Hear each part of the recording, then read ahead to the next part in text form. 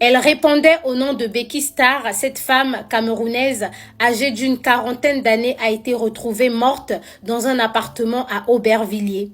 Il était mardi 1er octobre aux environs de 23 heures lorsque le corps nu de Becky a été découvert dans un appartement de la rue Sol Ferrino vers la porte de la Villette.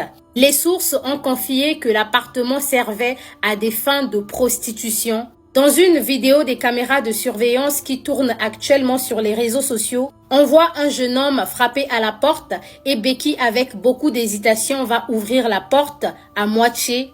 Elle va discuter 5 secondes avec le jeune homme et tout de suite, elle va se sentir en danger. Elle va tenter de refermer la porte et le jeune homme va pousser cette porte et va s'introduire dans l'appartement. Et à partir de là, une personne qui attendait également dans les escaliers va s'introduire dans l'appartement. Dans la vidéo, on entend comment Becky est en train de hurler. Malheureusement, personne ne viendra à son secours. On n'a pas une visibilité de ce qui se passe exactement dans l'appartement, mais les cris et le pied de Becky qui apparaît dans la vidéo démontrent que cette femme était en train de se battre avec les 2 hommes pour s'en sortir. Je ne peux pas publier cette vidéo sur la page parce que les cris de Becky vont vous glacer le sang.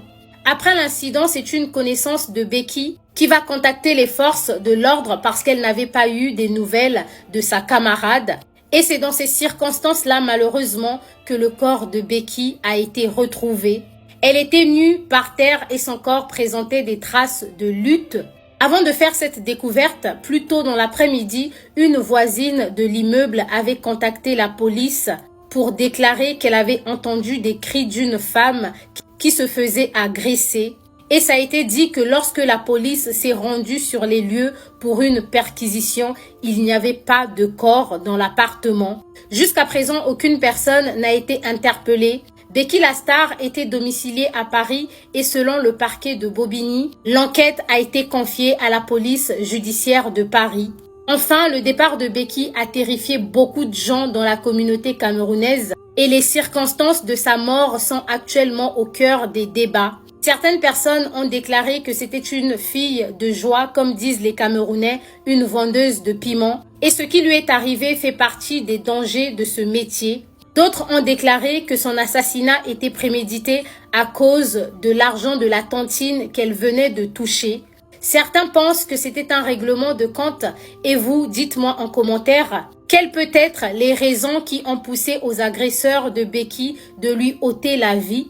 En ce qui me concerne, je dirais que personne n'est réellement à l'abri de ce genre d'acte.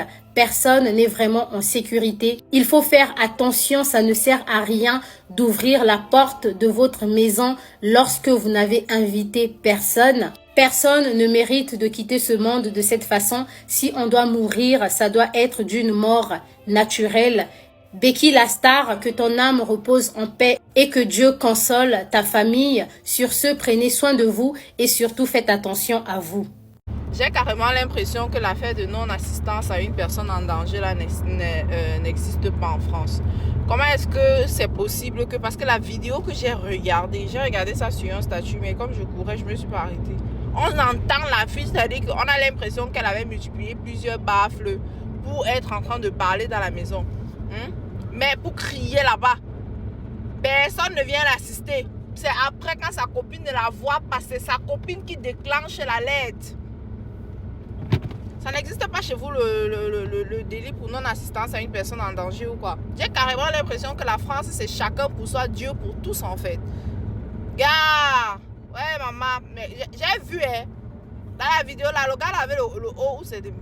Non, il ne faut pas qu'il cite l'équipe parce que comme je ne connais pas vraiment les équipes là, il ne faut pas que les fans viennent ici là dire que... En tout cas, ma soeur, Asia, franchement, c'est le genre de choses qui pourrait arriver à n'importe qui. Si c'était vraiment une vendeuse de piment, c'est que peut-être c'est pour ça que elle a ouvert la porte. Parce que si c'est que tu as hésité avant d'ouvrir la porte, et le gars avait donné l'impression quand il a frappé qu'il a entamé une conversation. C'était quoi cette conversation qu'il a entamée avec elle avant qu'elle a voulu fermer la porte? Il a bousculé la porte comme ça.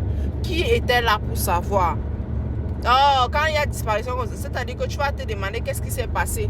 Personne n'a vraiment la réponse. Maintenant, c'est devenu que les Camerounaises sont des vendeuses de piment. Que toutes les Camerounaises de Mbengue sont des vendeuses de piment. C'est vous qui achetez le piment.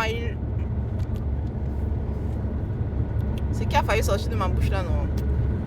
En tout cas, maman, va seulement tu t'avances. Genre, ta famille au pays comme ça, on t'attend. En t'attend, quelqu'un décide. Dieu merci, la caméra de la Dieu. Mais comment ça, on n'a pas interpellé le gars? Le visage se voit clair et net, non? Les identifications, quand on dit chaque jour qu'on identifie les visages des gens là, on ne met pas sa face dans une caméra, dans une machine. On fait, ça sort tout son parcours, quoi. Ou bien on ne veut pas seulement le tracer. Ou bien c'est parce qu'elle est comme ça. Et qu'eux, au moins, ils sont comme ils sont. Que notre soeur, ça va finir jusqu'à ça va se taire. Personne ne va rien dire. En tout cas, les amis, prenez soin de vous. Soyez prudents. Au Mouetchadja.